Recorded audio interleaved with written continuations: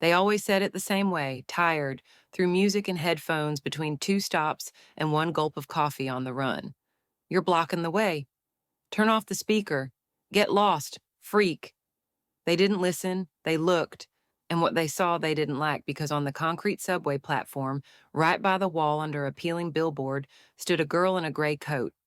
Old, sewn from guilt and memory, a coat that no longer warmed but also wouldn't let go, with a black hood from under which a light strand and a scar peeked out.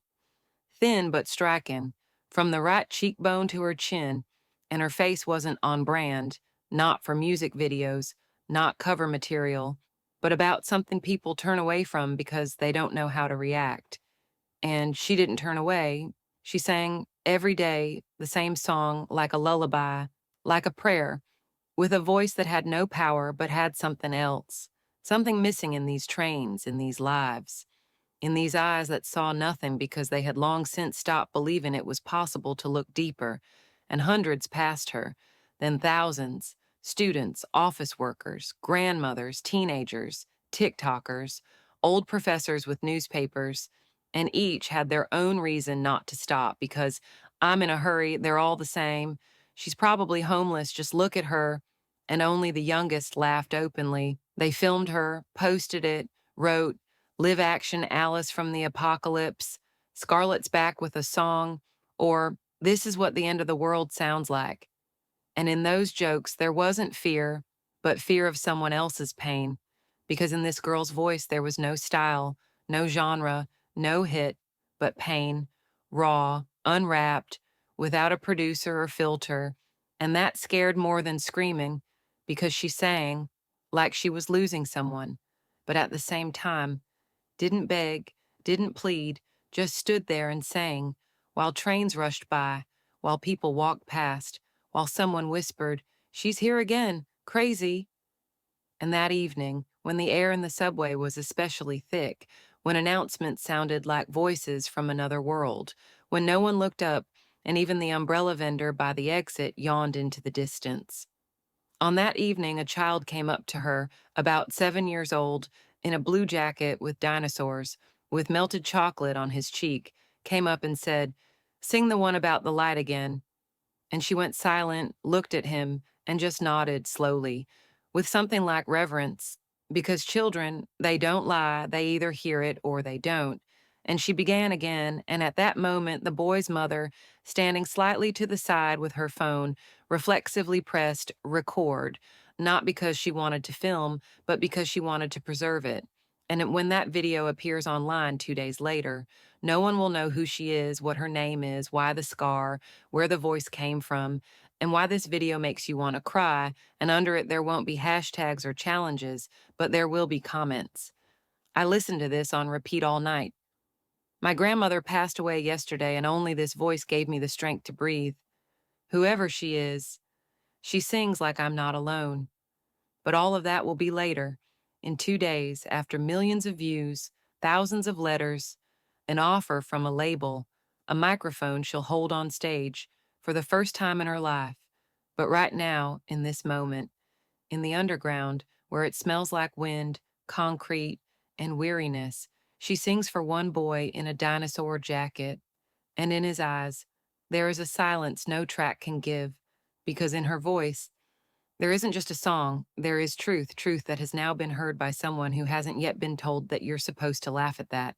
She sat on a low stool in the corner of the studio, the one they rented through a connection, at a discount, for the sake of talent, as they said through clenched teeth, but really, for the likes, for the novelty, for the chance to show how we can find diamonds in the dust, and they really did find one.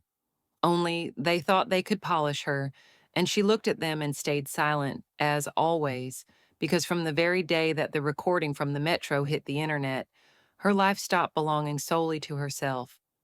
Now everything she did was being filmed, discussed, labeled a phenomenon, a unique discovery, the voice of a new era.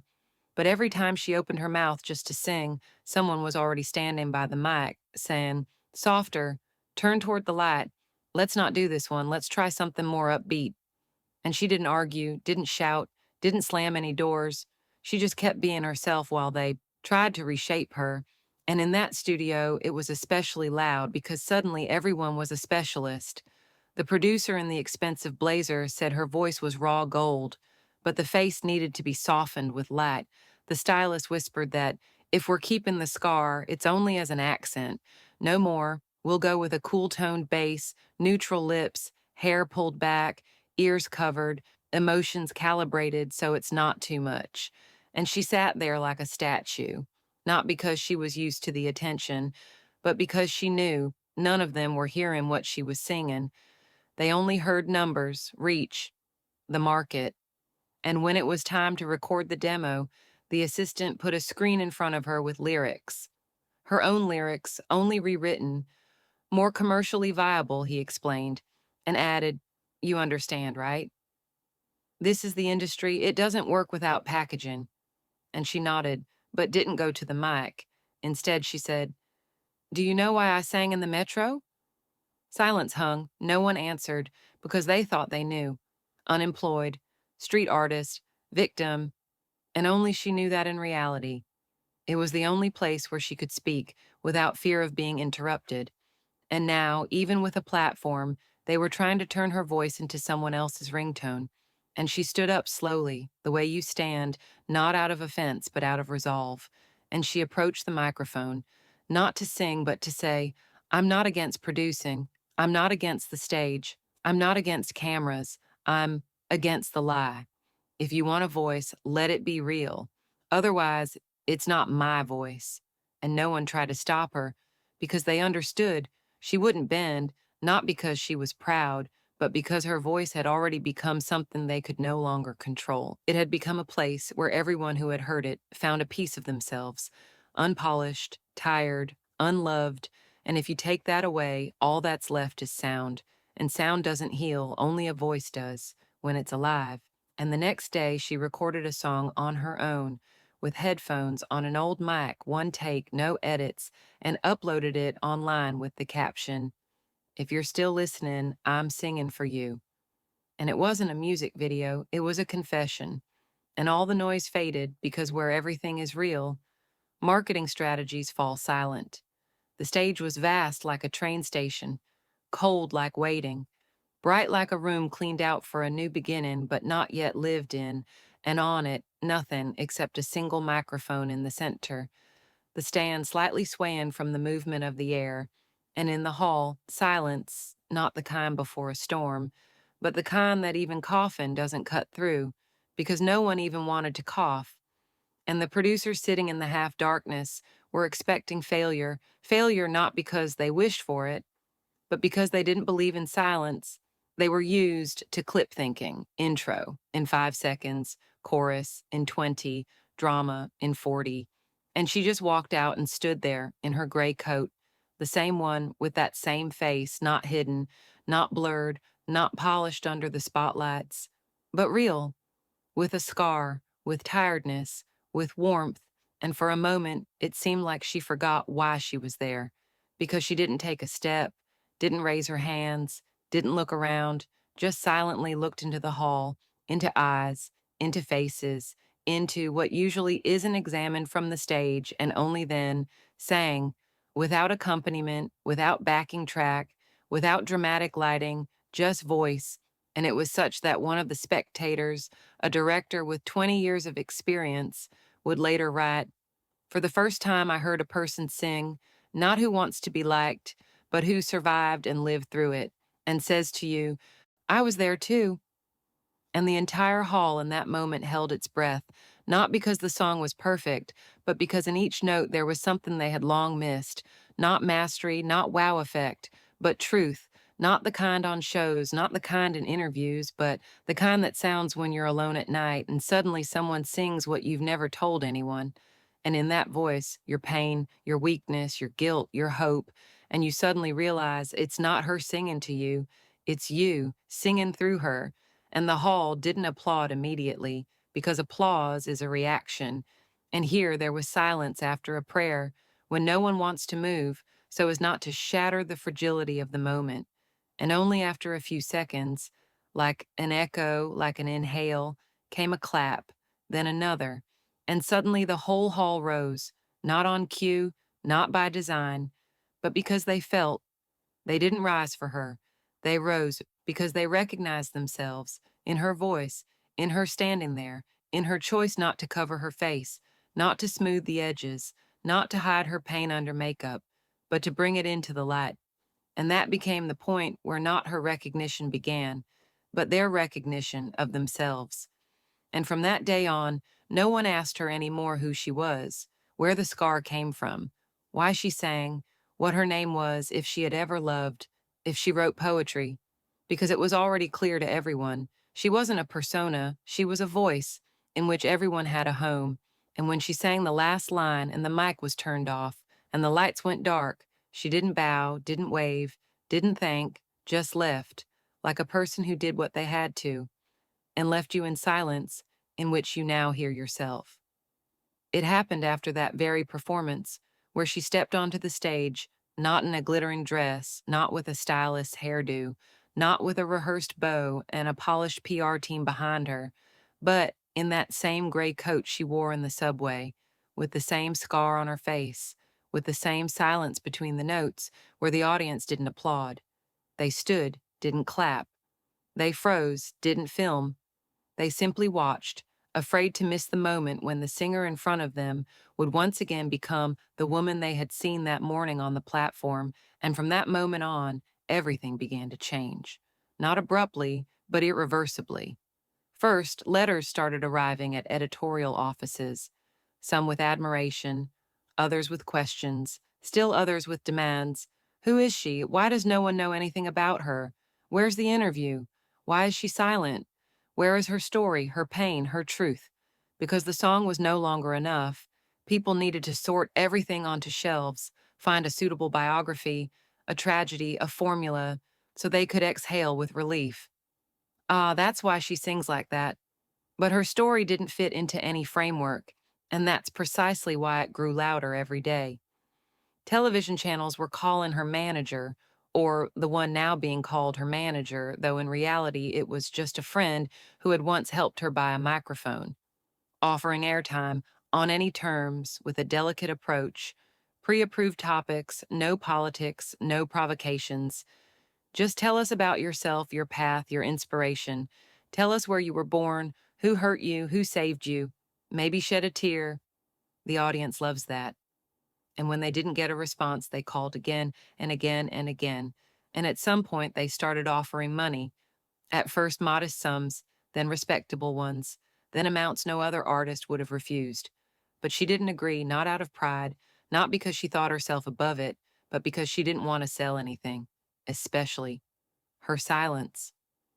While some journalists dug through databases, searched for school photos, a name, a surname, hospital records, old addresses, others were already writing articles without facts, with headlines like Subway Singer, Myth or Marketing Trick.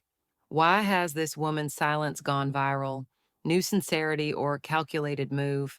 And the harder they tried to stir up a wave around her, the quieter she became, as if the very attempt to understand her only pushed her farther from the meaning of what she had brought. She sang not because she wanted to be known, but because once no one heard her. And now she had become the voice of those who were never heard, and to understand that, no interview was needed. One particularly persistent journalist sent her a large envelope with a letter. I understand your silence. I too was once silent.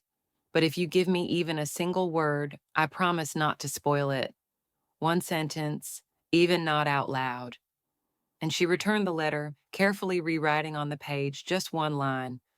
The one who hears doesn't need explanations, and the one who demands them doesn't hear. And that phrase would later become a meme, a slogan, embroidery on hoodies, but she wouldn't comment. She wouldn't go live, wouldn't appear on the radio, wouldn't sign contracts, wouldn't participate in award shows, wouldn't wear designer clothes, wouldn't reply on Instagram, wouldn't start a TikTok, wouldn't engage in debates, wouldn't explain who she was, wouldn't say why she didn't speak. And in that, she said more than hundreds of interviews ever could. And one day, a magazine would publish a spread, a blank page, just a photo. Her in the coat against a gray wall. in her hands, a notebook, the caption beneath the image, a page where her story could have been, but it already exists in you. And the truth was that while the whole world tried to force her to tell her story, thousands of people began to remember their own, because in her voice they heard for the first time not someone else's biography, not an inspiring journey, not a motivational slogan, but the right to be as they are, with unfinished sentences, with unhealed wounds, with faces that didn't pass auditions, with voices that couldn't hit the note, with stories no one ever published. And when she sang, they began to live, and when she didn't, the silence spoke for her.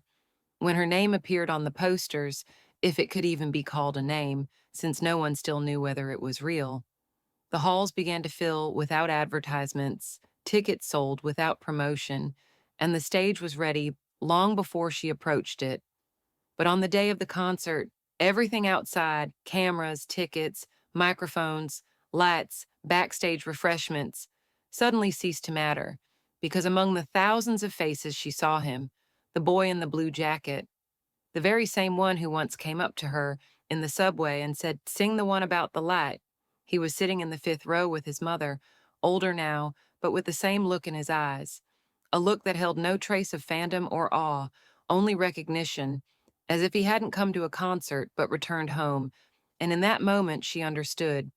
This concert was for him, not for the hundreds of photographers, not for those who came because it was trendy, not for press releases or journalists, but for the one boy who didn't laugh. And that moment gave everything back to her. The subway, the noise of trains, the cold of the tiles, the first fear when her singing was drowned in public indifference, and that spark, simple, honest, with which she had first felt that her voice was needed, and precisely because it was needed. She sang not to sell herself, and she took the microphone, uncertainly, with a slightly trembling hand, because this wasn't just another evening, it was a test. Could she remain the one she was then? Or would the stage devour her, turn her into a show, a product, a format? But when she began to sing, the hall disappeared. The lights disappeared. The rehearsals disappeared. The notes disappeared. Only the song remained, that very one, without instruments, without backdrops, without backing track, only voice and gaze, and everyone in the hall felt that this woman was not a star, not a singer, not a phenomenon. She simply sang, because there was no other way, and each person felt that they were now, like that boy in the subway who was simply sung the truth, without a mask, without playing to the crowd, and what passed through the hall was not goosebumps, but silence, deep, almost prayerful, the kind that comes when something real touches you so deeply that you're afraid to breathe. And for a few minutes they all fell silent, not because there were no words, but because everything necessary had already been said. And when the song ended, the boy stood up first, slowly, without ovation, just stood, and a second later, the whole hall, without cue, without applause, stood, because they understood. They didn't stand for her. They stood for themselves, for that part inside that had gone unheard, unacknowledged, hidden, feared, and which she, with a single song, pulled to the surface and made strong. And she bowed not to the hall, but to him, the boy who once made her realize that a voice doesn't always need a microphone, that sometimes a voice is a gaze, and that one person who truly hears is stronger than thousands who merely listen.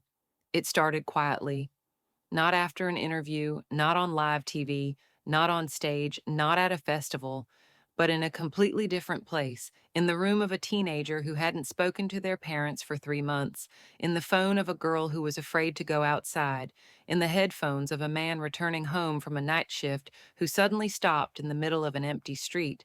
Because in her voice, that same voice which seemed to have no new songs, no explanations, not a single clear answer, he suddenly heard a question he hadn't dared to ask himself, and that question wasn't loud, wasn't demanding, wasn't even fully formed into words. But it was real, like the silence after a fight, like looking in the mirror when you've stopped pretending, And all of it happened because she wasn't trying to open up to the world, to give voice to the unheard, to inspire a generation. She simply stopped silencing herself, and in that space, warm, pressureless, without aggression, without bright banners, thousands of people, for the first time in years, began to speak. Not for the camera, not in stories, not in comment sections, but truly, teens, to each other, parents, to their children, men, to women, women, to themselves, and even those who were always seen as strong, outspoken, charismatic, suddenly realized that everything they'd said before wasn't speech but noise, and now, next to her silence, they finally wanted to say what really mattered. And someone wrote letters, real ones on paper, without email addresses, just to get it out. Someone left notes in libraries. Someone created support groups, not under a slogan but under one phrase: "You are allowed to be." And all of this emerged where she didn't ask for anything, didn't explain, didn't demand, but simply existed in a way that made it possible to be vulnerable, to be real, to be yourself. And one day in the city where she was born, and now no one pretended not to know where she came from. A small speech school opened, where the teacher, when asked what her method was, replied, "I teach people to stay silent until they can hear what's inside them." And on the wall hung her portrait, not like an icon, but like a person who allowed others to sound without fear, and it became a new habit. At the start of gatherings, people didn't ask for a toast, didn't tell a joke, didn't turn on music. They said, "Let's just spend a minute in silence." And it wasn't awkward, it was natural, because now they knew where she is silent, their own voice begins, and it doesn't matter if you have a mic, followers, or a stage, if you are finally speaking to yourself, honestly, without a mask, without show, without the need to prove anything to anyone, because it's no longer shameful to be imperfect, to be quiet, to be unsure, to be someone who was once unheard. And that was the most important thing. She didn't change the world. She made it safe enough for others to begin changing themselves, and no one called it her accomplishment, because she never claimed it. But everyone who sat at her concerts felt it. She gave us more than songs. She gave us the right to be heard, even when we are silent. She never asked. Not for money, not for likes, not for a seat in the hall. She didn't lift her eyes in expectation. Didn't add a support the artist link, didn't walk around with a tip box. She simply sang when she could, and when she couldn't, she just sat, alone, without explanations, without posters, without a concert tomorrow. People didn't know if she would come again. Sometimes she was gone for weeks. Sometimes she stood by the exit and just listened to others. Sometimes she sat on a bench and looked at the water. And in that was her truth, because she asked for nothing. And by that, she created a desire to give, not out of pity, not out of obligation, but because there was no trace of demand in her eyes. What there was attention and respect for the pain of others, even if they hadn't yet noticed it themselves. At first, people started leaving her tea in thermoses, not anonymously, but without signatures either. They simply placed it by the wall. Then, gloves, a scarf, a new guitar string. One day, someone quietly left her a notebook, empty, but with a note inside. "In case you ever feel like writing." She didn't take anything right away, didn't pick it up, didn't thank anyone out loud, but everyone who gave something later noticed. The next time she sang, she wore exactly those mittens, or used that notebook, or simply smiled in a way that made it feel like she had noticed you in the crowd that day. Then it became more. Someone printed her lyrics on flyers and posted them around the metro. Someone wrote poetry. Someone drew a picture with the caption, "This is her voice." People started giving, not to her, but to themselves, to feel that they could be warm, attentive, open. Even those who used to walk by now brought bread for the pigeons, because she didn't try to save anyone. And that's exactly why she became salvation. And at some point, she became a point of gravity, not like a star, but like a window with a light on when everything else is dark. A woman who sold flowers by the metro once approached and handed her a small bouquet, not the freshest, but the most alive tulips. Not because there was an occasion, but because it said everything: acknowledgement, gratitude, warmth. And she took it. Not the words, not the explanation, just the flowers, and smiled, softly, almost invisibly. But afterward, the woman said, "It was the best day I've had in 10 years, because for the first time I wanted to give and not expect anything in return." And the teenager with headphones, the one who once mockingly filmed her on video, later left his hoodie beside her. On the back, he had hand-stitched a line from one of her songs. Not perfectly, but with his own hands. And he left a note. "I'm sorry, I didn't hear you before. Now I do." And so, day by day, week by week, she didn't get richer, didn't appear in ads, didn't grow her following, but she became something the world had forgotten. A living reminder that giving doesn't need calculation, that being doesn't require volume, that loving doesn't need insurance, and everyone who once crossed paths with her never forgot. Not because she did something grand, but because she never asked for anything. And yet everyone wanted to give to her, right then, because silence filled with light awakens more hearts than 1,000 cries.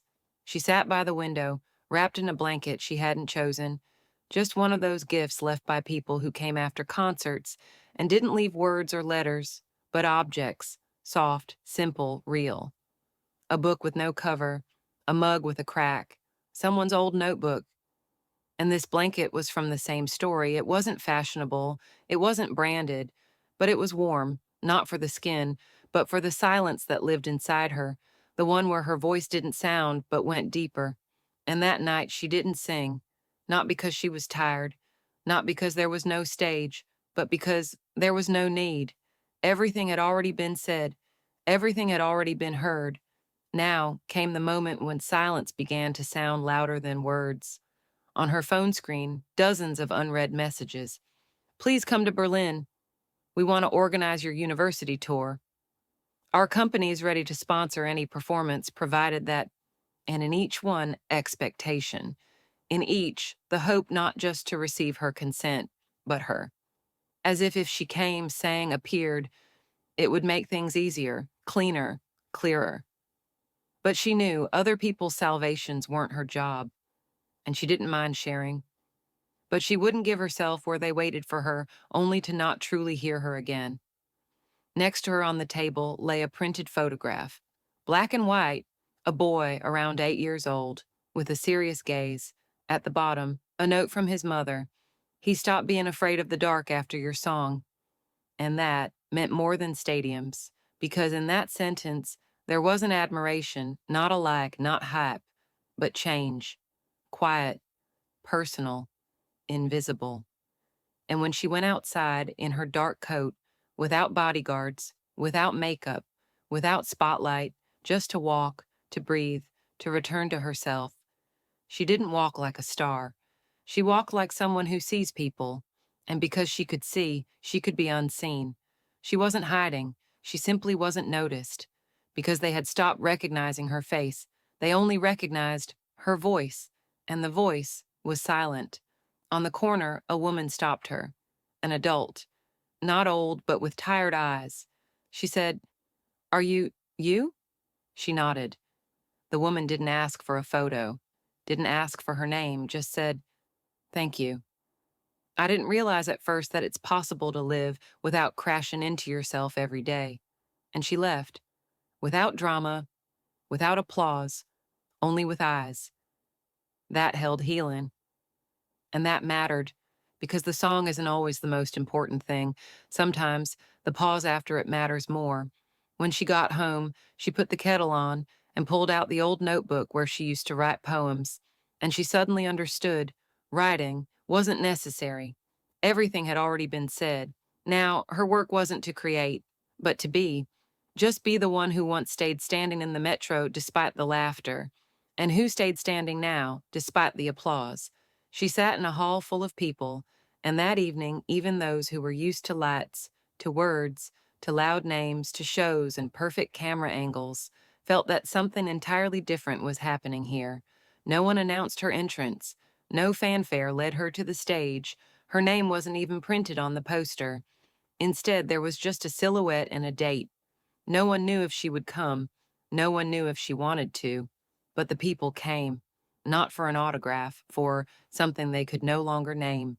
She sat among them, without a stage, without footlights, without security, a blanket on her knees, as if simply waiting for a train. And everyone understood this was not a performance, this was her presence. And suddenly the entire hall fell silent, not on cue, from feel-in, because it was in that silence they heard everything. To her left sat a woman, around 40, in whose eyes was so much scorched earth that any words would bounce off like dust. She was crying, quietly, simply because someone sat beside her who didn't preach, who simply was there. On the other side, a teenage boy, thin with a backpack that possibly held only pain. He looked at her the way people look at someone who doesn't ask, but already knows. Behind him, a man in a suit, tired of being strong. Further back, a young man with a guitar, the kind that had witnessed all his rejections and all his not yous. And she was silent. But this silence wasn't a refusal. It was a stage, one no one could walk away from, because in it echoed everything you once didn't say, everything you wished someone would hear, everything you never knew how to explain. And now you didn't have to. When they tried to ask her what she felt, she didn't answer, because feelings can't be transmitted, they can only be allowed to be. When they tried to ask how her life had changed, she only looked, because life hadn't changed, it had simply returned. To the one who was once afraid, who didn't sing, who was silent, who waited for someone to speak for her. Now, no one spoke for her, but she didn't speak for others either. She simply remained.